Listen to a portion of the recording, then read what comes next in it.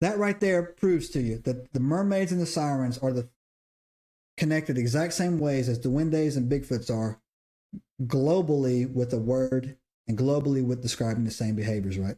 Again, most people say, oh, Joseph, now you're just reaching. All it is that, fantasy tales or whatever. No, it's not. You will never find any written documentation of a Nordic Viking interacting with a Japanese samurai. It doesn't exist. You will not find it. You will never find a written example of anyone from ancient India interacting with anybody in Japan or the Caribbean. Doesn't happen. But yet they're describing the exact same creatures in the exact same way. So now, when you go in there and you take a look, right? I told you what they are, the differences between them, how they are literally a global phenomenon. Now let's sit back and let's blow your socks off here a little bit, because I'm going to talk about how these things are still around, right? And just for fun, I like to go back and look at the first written recording of a believable encounter with these creatures. So I started with the sirens, right? And the most famous one to ever be recorded was written by this guy named Homer. He wrote this book called the Odyssey. And what the Odyssey is people will think it's a fantasy story, but it's actually not. They've actually found more and more proof that this actually happened.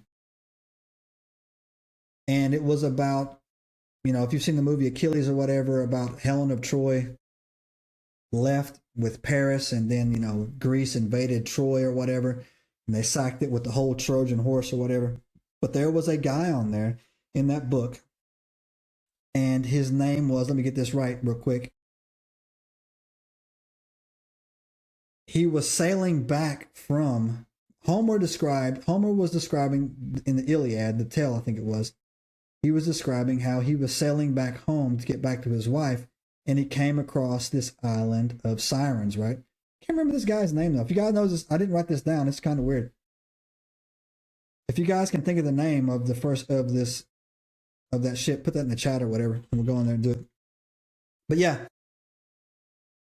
he sails past this island, and he makes all the men put wax in their ear so they can't hear it, right? And they do what they followed, right? And as they're moving along, he decided that he wanted to hear this sound, but he knew the dangers of it. And so Homer says that he had them tie him to the mast of this ship where he could hear the song, right? And he went wild, trying to rip himself free of the mast of the ship to get in the water and swim to this island. And again, on that island, he was talking about how there were these human bones down there, and that how this was actually a thing, right? Now that was the first one. That was back around 8th century BC is when that happened, right? To do it, right? Now, there's actually a more recent one that just happened, about the dates on it. It happened, I want to say around 2013 or 2015. Subscribe now and turn on the notifications to join us on this extraordinary journey into the unknown.